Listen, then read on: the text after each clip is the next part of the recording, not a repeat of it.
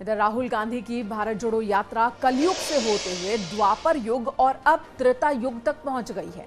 जिस धरती पर भगवान श्री कृष्ण ने अर्जुन को गीता का उपदेश दिया, अब उसी धरती से राहुल कौरव और पांडव का फर्क बता रहे हैं।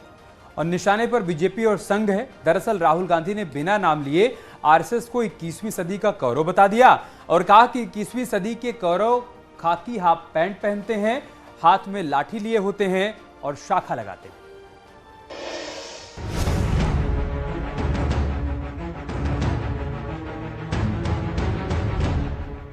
राहुल गांधी का अवतार निराला है। कभी सतयुग, कभी द्वापर, तो कभी कलयुग, तो कभी तपस्वी बने राहुल की सियासी यात्रा आध्यात्म की तरफ रुख कर चुका है। मोहब्बत का संदेश लेकर निकले राहुल को उस धरती पर उस ज्ञान की प्राप्ति हुई है जहां भगवान कृष्ण ने अर्जुन को गीता का संदेश दिया था। राहुल गांधी भारत जोड़ो यात्रा के बूते हरियाणा में 2 दिनों से हिंदू धर्म पर उपदेश देने लगे हैं। कभी भारत को तपस्वी का देश बताते हैं, तो कभी पुजारियों का विरोध करते हैं, तो कभी कौरव का पाठ पढ़ाते हैं और केंद्र में आरएसएस को रखते हैं। कौरव कौन थे भैया? कौरव के हाथ में, कौरवों के हाथ में 21वीं सदी के कौरव बता देता हूं। 21वीं सदी के कौरव हाफ पैंट, खाकी हाफ पैंट पहनते हैं, हाथ में लाठी लिए होते हैं और शाखा लगाते हैं।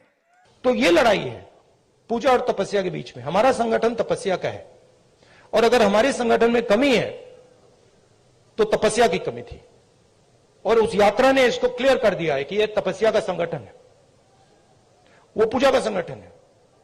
उनका वो काम है, हमारा ये काम है।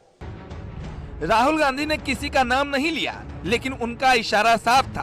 पहले पुजारियों को देश निकाला कर दिया, तो अब आरएसएस को कौरव बता दिया।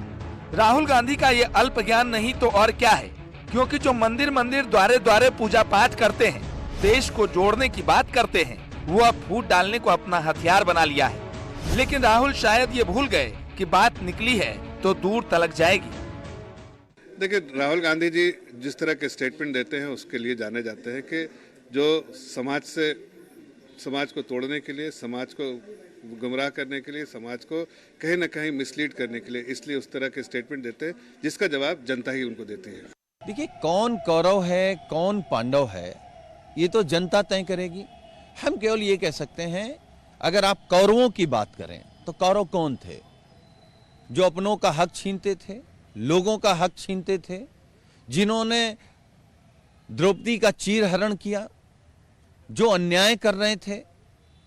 तो अगर आप ऐसा करने वालों को देखेंगे तो आज वो कौन सा दल है जो बलात्कारियों को जेल से छुड़वाता है? वो कौन लोग हैं जो बलात्कारियों की पैरवी करते हैं?